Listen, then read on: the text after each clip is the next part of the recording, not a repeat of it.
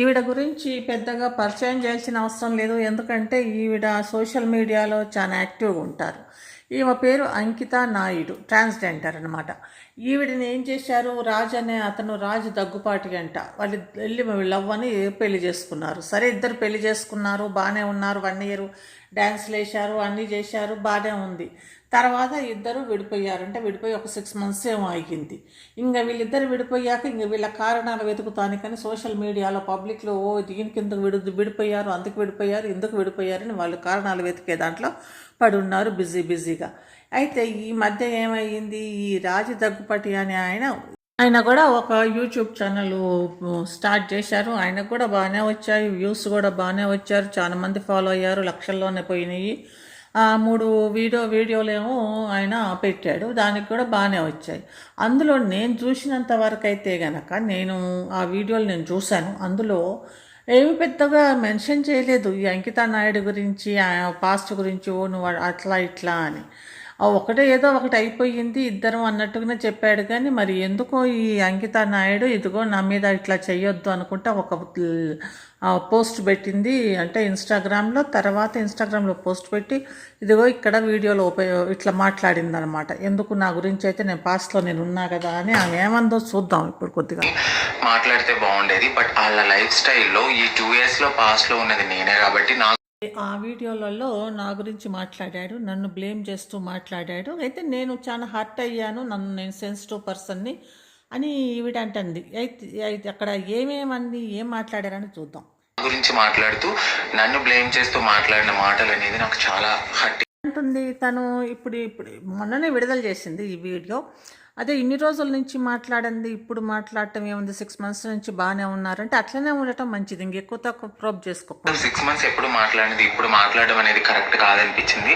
ఎందుకంటే సరే ఏదో విడిపోయారు, ఇంక ఎవరి లైఫ్ వాళ్ళని క్యారీ ఆన్ అంటే స్టార్ట్ చేస్తే బాగుంటుంది అంతే, ఇదంతకంటే కూడా తప్పు. ఎందుకంటే నా గురించి ప్రతిదీ తెలిసి నా లైఫ్లోకి వచ్చిన ఒక ఎక్స్ అనే పర్సన్ చివరికి ఇద్దరు విడిపోయాక ఎవరి లైఫ్ వాళ్ళు మూవ్ ఆన్ అయిపోయి ఎవరి లైఫ్ వాళ్ళు హ్యాపీగా జీవించేయటమే కదా.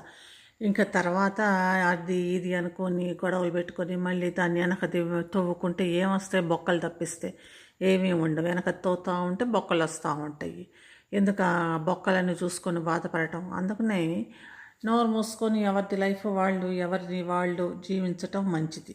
వీళ్ళిద్దరు ఏదో జీవిద్దామనన్నా కూడా సోషల్ మీడియాలో జనాలు జీవించలేరు. వాళ్ళిద్దరు ఎందుకు విడిపోయారు, వాళ్ళిద్దరు కారణాలు ఏంది వెతికి పట్టుకోవాలా, రీసెర్చ్ చేయాలా. రీసెర్చ్లో ఎవరు ఎక్కువ రీసెర్చ్ చేసి యూట్యూబ్లో పెడతారు, ఎవరికి ఎక్కువ వ్యూస్ వస్తాయా అన్న దాంతో ఇంకా బయలుదేరతారు. అయితే ఈవిడేమంటుంది, ఒకవేళ నా మీద ఇంతే ఏమన్నా మాట్లాడితే నేను పోలీస్ స్టేషన్లో కానీ కేసులకు కానీ ఎటు పోలేదు, నేను పోలీస్ స్టేషన్లో అంటే ఈ మామూలుగా అవుతూ ఉంటాయి కదా కేసెస్, అట్లా ఏమి పెట్టకుండా ఎవరి లైఫ్ వాళ్ళ మూవ్ ఆన్ అయిపోయాం, అట్లనే మూవ్ ఆన్ కావటం మంచిదే. యూట్యూబ్ ఛానల్ పెట్టేసి నా మీద ఏదన్నా ఎందుకు విడిపోయాం అది ఇది అని ఎలిగేషన్స్ అన్నీ వేసి మాట్లాడితే కనుక నేను కూడా ప్రొసీడ్ కావాల్సి ఉంటుంది, నేను కూడా కొంచెం యాక్షన్ తీసుకుంటా అని అంటుంది. మీరేమన్నా నా మళ్ళీ వెనక ఏమైపోయింది ఆమెది బ్లేమ్ చేసి ఒకరినొకరు బ్లేమ్ చేసుకుంటా ఇంకా లా ప్రకారం పోతే కనుక అట్లా నన్ను బ్లేమ్ చేసుకుంటా ఏమనంటే నేను లా ప్రకారమే నేను వెళ్ళి నేను కూడా యాక్షన్ తీసుకుంటా, నేను కూడా యాక్షన్ తీసుకొని నేను కూడా అంత సీరియస్గా చేస్తా, నన్ను బ్లేమ్ చేసుకుంటా ఊరికే చెప్తా ఉంటే అని.